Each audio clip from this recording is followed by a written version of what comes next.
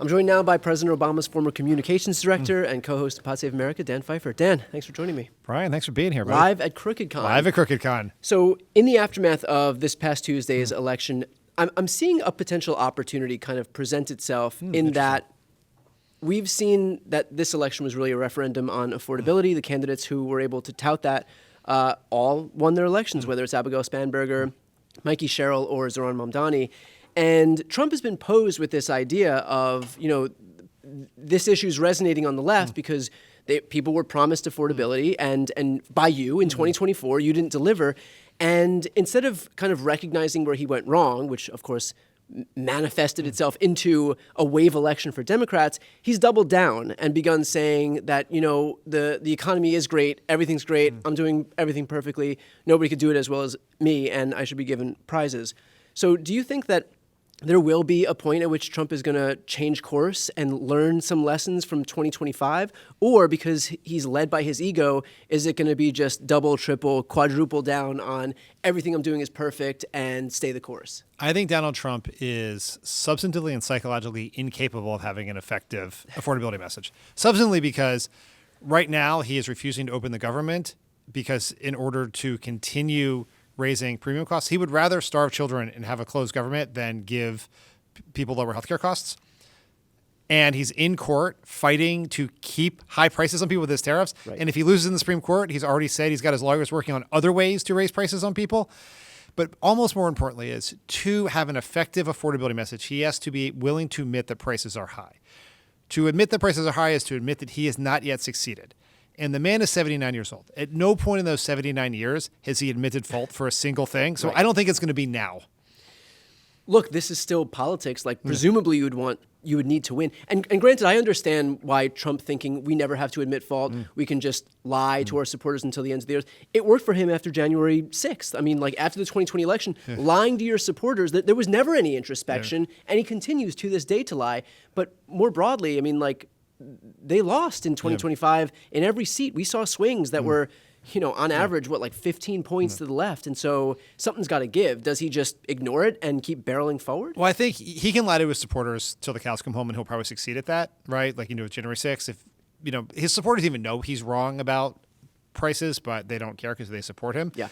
The fact is, and the reason we had this big shift is there is a swath of voters who don't really like Donald Trump. They told voters at the pollsters they disapproved of him in 2024. They think he's probably kind of corrupt, a bit of a buffoon, but they did believe that Donald Trump would do a better job of lowering their costs than Kamala Harris did, either because they thought Trump was a businessman or they thought Kamala Harris was too associated with the Biden economic record to do something different. And he's failed those people, and those people voted against him this time. And so that's the swing. And you can BS your way through a lot of things in life, but you cannot BS your way through high prices because voters see it every single day. They go to the store. That's an issue that plagued Democrats in the lead up to the 2024 and you know what? You know whose election? economic message he's doing? Joe Biden's. Right. Everything's fine. Don't ignore the pain you have. Look at all these other good things that are happening. That's just not going to work. You can't. Well, I mean, it's even worse to tell people the prices aren't high. They know they're high. They're not going to. We've solved eggs, right? He's tweeting, people are right now figuring out how they're going to pay for Thanksgiving dinner. He's truthing out the fact that your Thanksgiving dinner is cheaper than it was last year. No one is going to believe that because that's not what they're going to experience. Right. He doesn't understand the difference between the actual price and the rate of growth. The rate of growth, price growth has come down since he's taken office, and certainly much to the work that Biden did before he took over, but the prices remain high.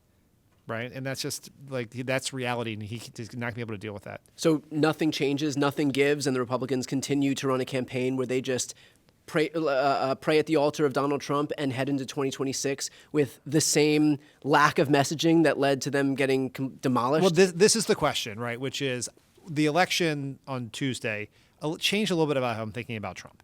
In my head, I think myself and a lot of us have been thinking that this was the first year of his presidency. That's not the right way to think about it, right? This is not Barack Obama in 2009 or even Donald Trump in 2017. This is George W. Bush in 2005.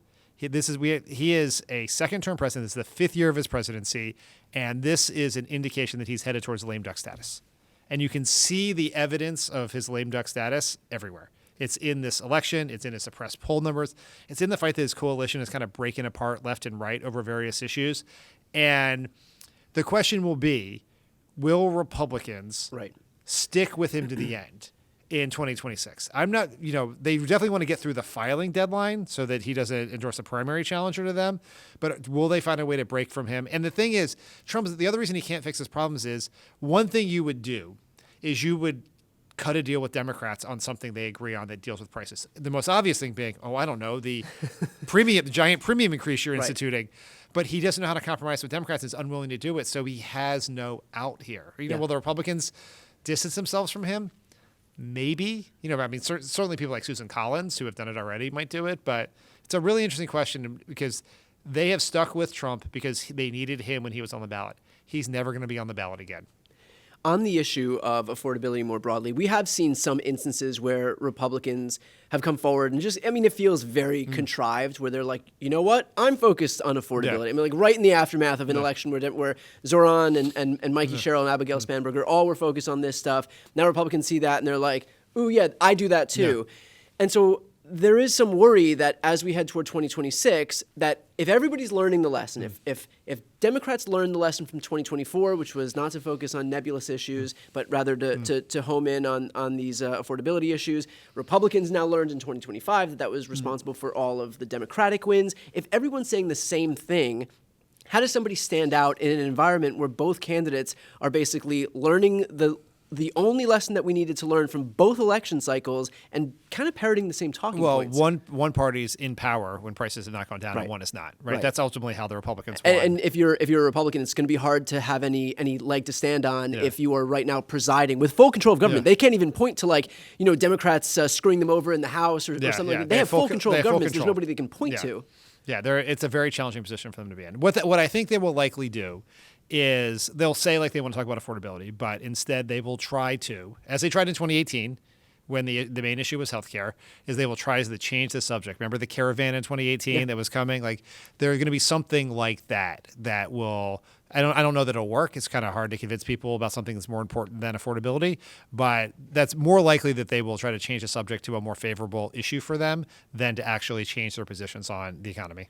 Does the 2025 Tuesday, November, this past Tuesday, does that inform how you're thinking about what 2028 presidential candidates might do as we move forward? Not yet. I think those are huge wins. Those are other than the races in Georgia, those are all wins that happened in states they're blue states, right? They are, they're states that Kamala Harris, even in election, she won by 7 points. Yeah. Pennsylvania, 5-2 Supreme Court retention. That's a state Trump won. Nobody really thinks of Pennsylvania as a red state. Yeah, but also, other than one time in history, no one's ever lost a straight retention vote, and so I don't want to overread that. I am so excited about these. I am. Really, and the thing that makes me most excited is that there is real evidence that it's not just turnout where we won, is we actually persuaded Trump voters. 7% in Virginia and New Jersey, 12% in California, 9% in New York City. There are actual people who voted for Trump a year ago who voted for Democrats. That is a super positive sign. I do worry that just like in 2022, we will say, look, stop all your worrying about the party brand and trust on issues. We won anyway. It's solved. In 2022, we looked at that election and said, and it gave us a reason to not deal with hard questions like Joe Biden's age and electability.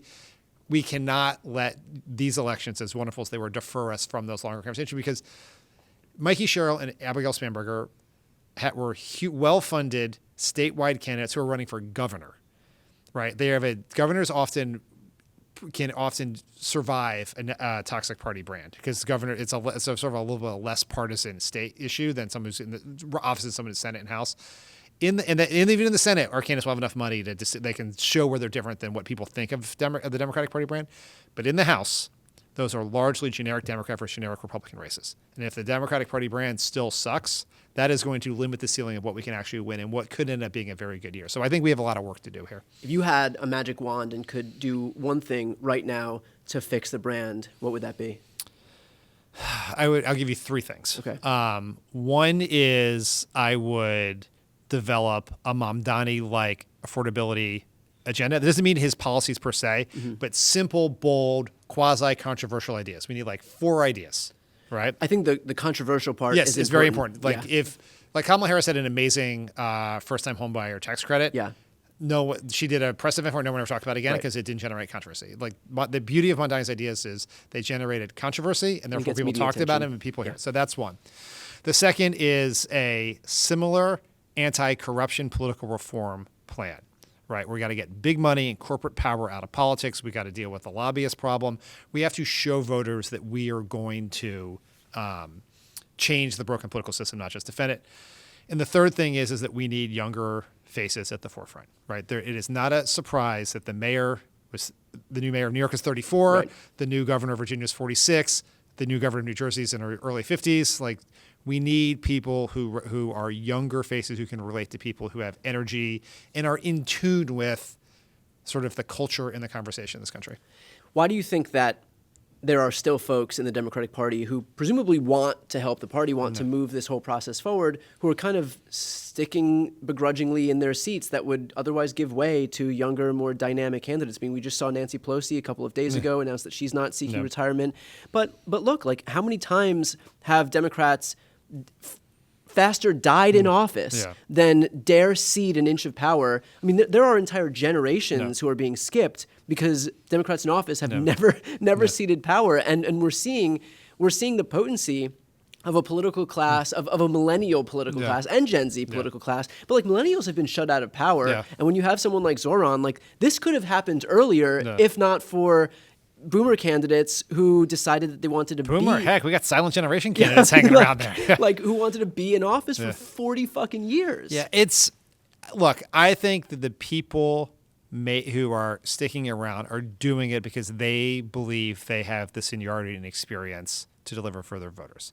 I think they're missing the big picture, right? And there's just a point where you certainly don't have the energy or even the cultural relevance to do the job particularly well. And so, but that's why it's important that younger candidates are challenging these older. Like, the primaries are good. And look, we're going to have a generational primary in Massachusetts between Ed Markey and Seth Moulton and maybe some others.